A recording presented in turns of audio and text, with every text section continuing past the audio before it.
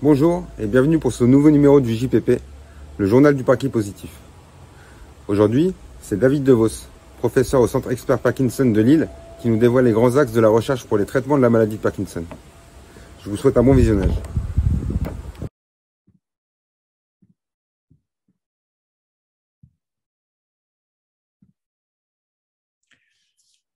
Bonjour à tous, je vous remercie de me donner l'opportunité de vous parler de quelques actualités de recherche dans la maladie de Parkinson.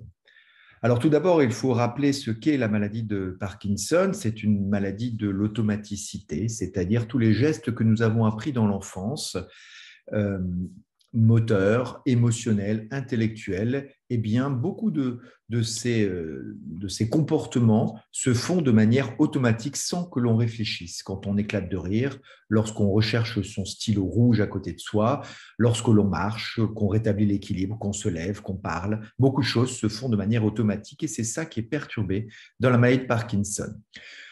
Au début du XXe siècle, on s'est rendu compte qu'une zone qui s'appelle la substance noire, qui était remplie de neurones dopaminergiques, eh bien, disparaissait, était en lien avec la maladie de Parkinson.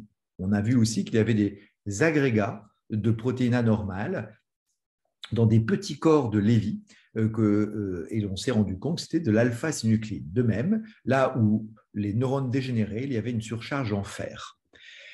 Alors, les causes de la maladie de Parkinson sont extrêmement nombreuses.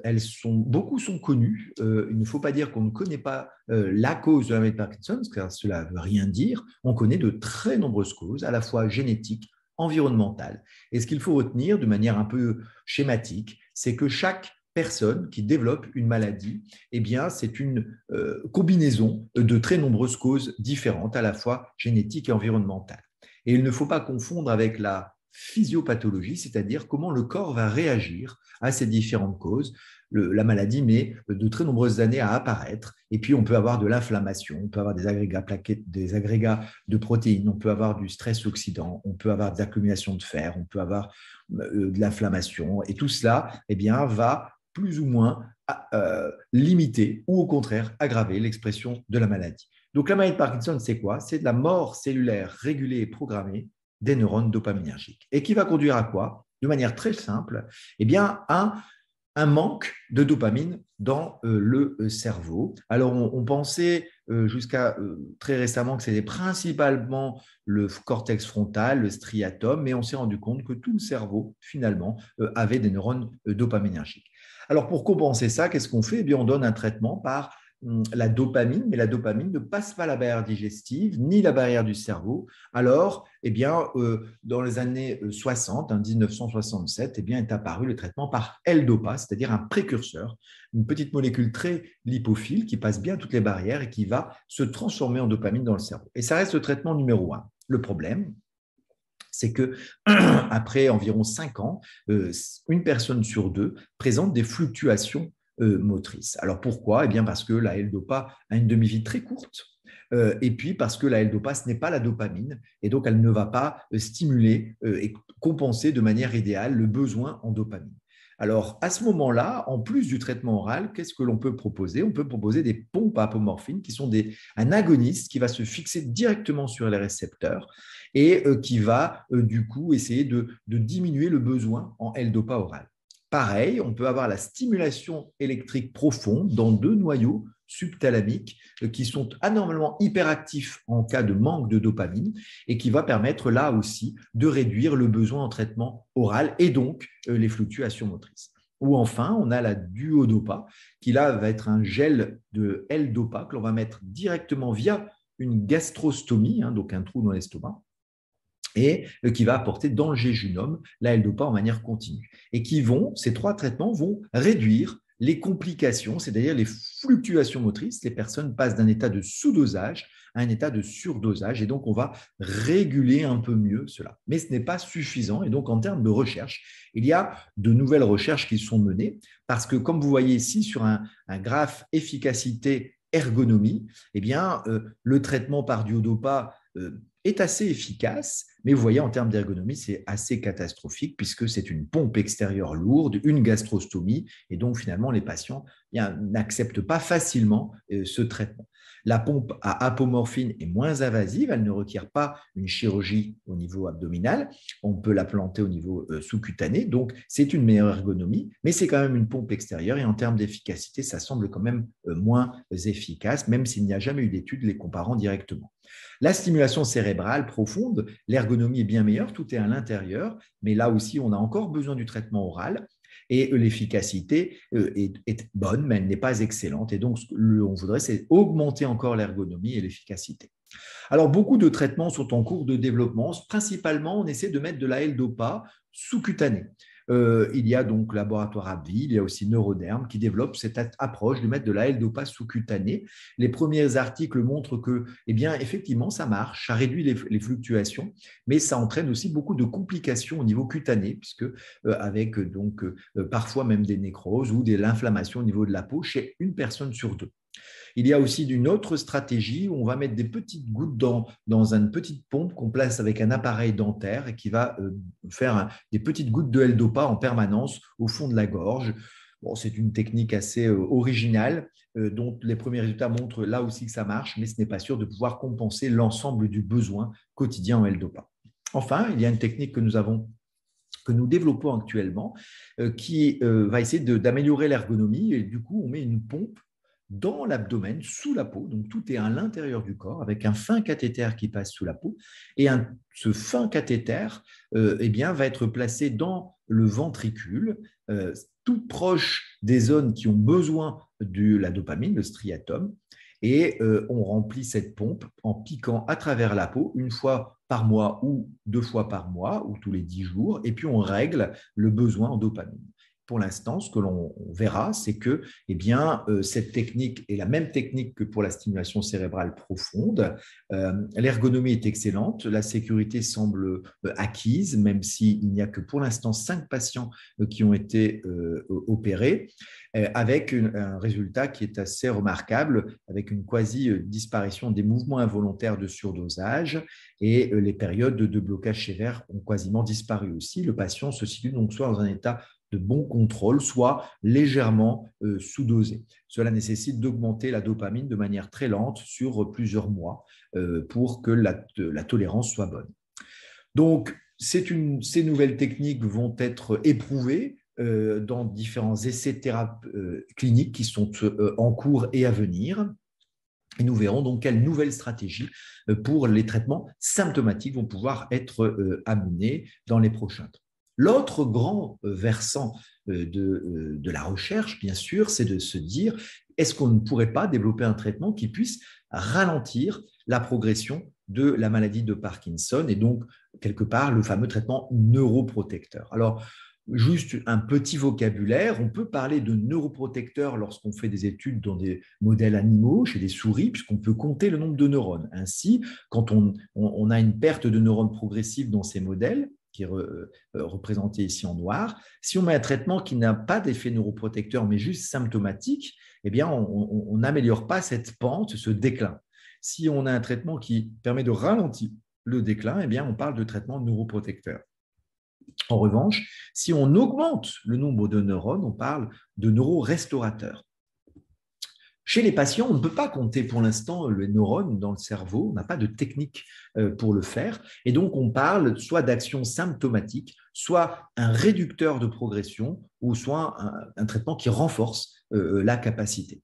Alors, voici un petit peu les stratégies thérapeutiques résumées. Vous voyez, il y en a beaucoup qui sont basées sur la physiopathologie. Des premiers traitements vont essayer de traiter les causes, c'est-à-dire de la thérapie génique. On ne peut pas, bien sûr, traiter une cause lorsqu'on a été exposé pendant 40 ans à des pesticides. Pour certaines anomalies génétiques, on pourrait imaginer que certains traitements vont réguler, essayer de modifier les conséquences d'une anomalie génétique. Mais en dehors de cette thérapie génique, la plupart des traitements vont se baser sur la physiopathologie. Et donc, ils peuvent essayer de diminuer le stress oxydant, d'améliorer la transmission dopaminergique, améliorer le fonctionnement de la mitochondrie, diminuer la mort cellulaire directement, diminuer l'agrégation protéique, ou l'inflammation entre l'intestin et le cerveau, la neuroinflammation, augmenter les voies de survie cellulaire ou encore réduire l'excytotoxicité glutamatergique et le calcium. En bleu, ce sont les stratégies qui ont échoué. En vert, ce sont celles qui sont en cours d'études. Donc, il y a beaucoup de stratégies. Et vous voyez ici qu'en 2022, eh bien, la recherche sur la maladie de Parkinson est très active puisqu'on a 147 essais thérapeutiques actuellement. 62%, 91 sont symptomatiques. Donc, ils vont moduler la dopamine ou tester des traitements pour l'anxiété ou la dépression, par exemple. 56, donc 38%, sont dites disease modifiers. Ils ont à vocation essayer de modifier le cours évolutif de la maladie pour essayer de ralentir la progression de la maladie. Alors, ça s'établit en différentes phases. On a une phase 1 où c'est très, très précoce. On le fait chez quelques sujets. Et puis, si la phase 1 montre une bonne sécurité, on passe en phase 2 où on va déterminer les doses et quelle va être la dose efficace et les premiers éléments d'efficacité. Et enfin, la phase 3, c'est vraiment la phase pivot qui va permettre de valider si oui ou non un traitement est efficace. Donc, naturellement, il y a beaucoup d'études en phase 1 et en phase 2. Et bien sûr, peu d'études passent en phase 3, puisque c'est vraiment le grand essai. Et là, vous voyez qu'il y a 3 études actuellement en phase 3, la mémantine, qui est censée tenter de réduire la progression de la maladie de Parkinson, l'exéznatide et le ganoderm. Alors, est-ce que ce sont des nouvelles molécules? Eh bien, pas toujours. Vous voyez que une fois sur deux, ce ne sont pas des nouvelles molécules. Ce sont soit un repositionnement, un traitement qui était utilisé pour l'inflammation dans la maladie de Crohn ou la polyarthrite rhumatoïde va être repositionné dans la maladie de Parkinson pour essayer de réduire l'inflammation, ou c'est des nouvelles formulations. Là, c'est un peu moins intéressant parce que c'est juste pour améliorer un petit peu la formulation. Donc, mais quand même, dans 50%, enfin un peu moins de 50%, ce sont des nouvelles molécules. Donc, vous voyez les classes, on a soit des anti-inflammatoires, des antioxydants. Il y a encore quelques études de thérapie cellulaire où on va greffer des neurones, mais on sait depuis de très nombreuses années que pour l'instant, toutes ces stratégies de thérapie cellulaire qu'on comprend aisément, même dans le grand public, que l'on puisse effectivement remplacer les cellules, eh bien, ont toutes échoué parce qu'en fait, les neurones que l'on greffe ou les cellules pluripotentes que l'on va greffer eh bien, sont très rapidement détruites.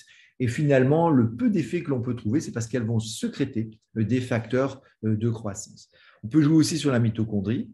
Alors, la glucocérébrosidase, qui, comme vous le savez, est le facteur de risque numéro 1 de la maladie de Parkinson, pour des raisons qui ne sont pas encore complètement bien déterminées. Et puis, on a aussi, à côté de la grande classe des antioxydants, donc par exemple, nous, on développe des traitements chélateurs de fer ou antifuroptotiques, c'est-à-dire des traitements qui vont diminuer certains types de morts cellulaires. L'autre grande classe qui paraît aussi intéressante, ce sont les traitements antidiabétiques oraux, les agonistes glucagon-like 1. On s'est rendu compte que chez le diabète aggravé la maladie de Parkinson et que certains traitements antidiabétiques pouvaient peut-être ralentir l'évolution. En tout cas, on n'en a pas de preuves cliniques, mais c'est en cours d'études. Enfin, il y a aussi tout un engouement sur l'immunothérapie, les inhibiteurs de kinase, tout ça pour moduler l'inflammation, et le microbiote, puisqu'on s'est rendu compte que, bien sûr, il y avait un axe de communication très fort entre l'intestin et le cerveau et le système immunitaire.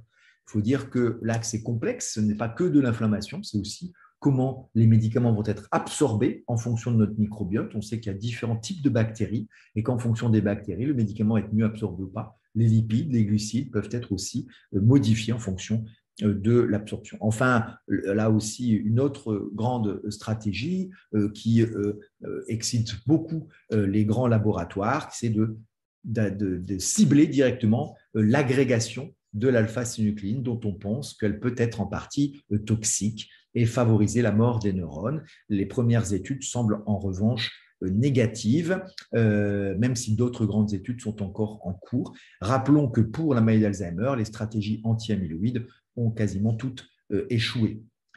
Il faudra donc, plutôt que de cibler directement une protéine, mieux comprendre quel est son rôle pour essayer de développer des traitements qui vont être plus efficaces. Voilà ce que l'on peut retenir de manière très brève. Bien sûr, ce n'est pas exhaustif dans la recherche actuellement de la maladie de Parkinson, mais gardez en tête deux grands axes symptomatiques, et c'est d'améliorer le quotidien des personnes. Nous n'avons pas parlé de la recherche qui devrait être augmentée sur tous les symptômes non moteurs, d'anxiété, dépression, fatigue, apathie, douleur, qui aussi doivent être recherchés dans la maladie de Parkinson. Je vous remercie pour votre attention. J'espère que ça vous a plu, j'espère que vous avez appris quelques petites choses supplémentaires sur la maladie de Parkinson. Ça donne beaucoup d'espoir de voir à quel point la recherche avance. Je remercie le professeur DeVos pour sa vidéo, merci, elle est top. Je remercie Isa pour me trouver des contacts pour mes vidéos du JPP, merci Isa. Et je vous donne rendez-vous pour un prochain numéro du JPP. Ciao.